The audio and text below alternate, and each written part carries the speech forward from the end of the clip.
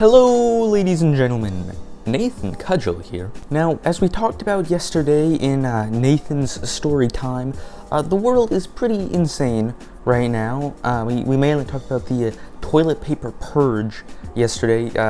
It's like Mad Max out there. It's pretty insane right now. And due to insanity like that, certain false and fake news Fake news, folks. Fake news. can spread pretty easily.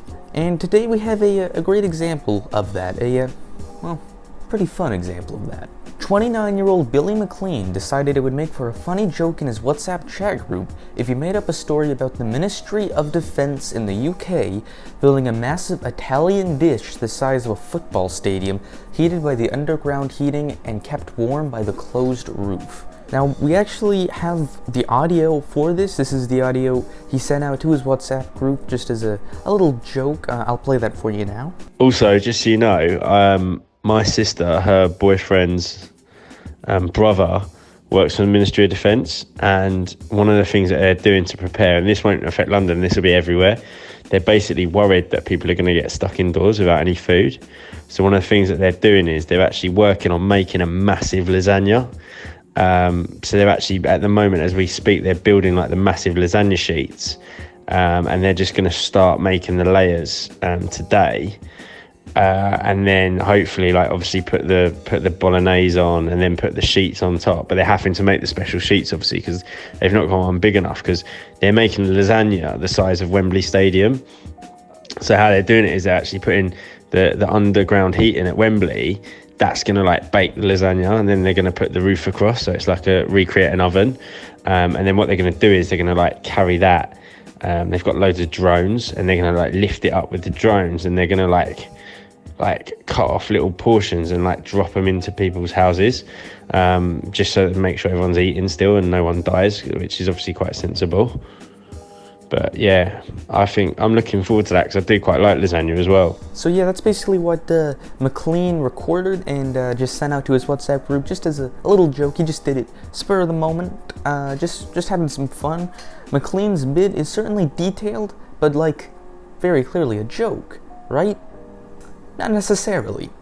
The timing was right for people to take this joke very wrong, and pretty soon the recording was being shared outside of the group, quickly going viral within hours. Now, I have to imagine that most of the people who got sent this in WhatsApp just assumed it was a joke, because I feel like if I would get that, I would immediately listen to it and think, oh, yeah, it's a little funny joke, you know, it's just a little lasagna story, you know, pretty fun. But according to this article and many other articles on this, many people thought this was real. Many people thought they were using Wembley Stadium to make the world's largest lasagna. And can I just say, this article, and pretty much every other article I've read on this, they've missed out big time on some killer Garfield jokes. Like, just imagine, like, in that photoshopped picture that all the articles use as their thumbnail. I'll probably use it as my thumbnail as well. Just imagine, like, a massive Garfield next to it, taking a bite out of Wembley Stadium. That'd be fantastic. These articles are really messing up in their Photoshop department.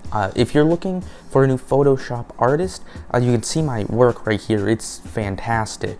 But if you're looking for a new Photoshop artist for your articles, I mean, I am always open.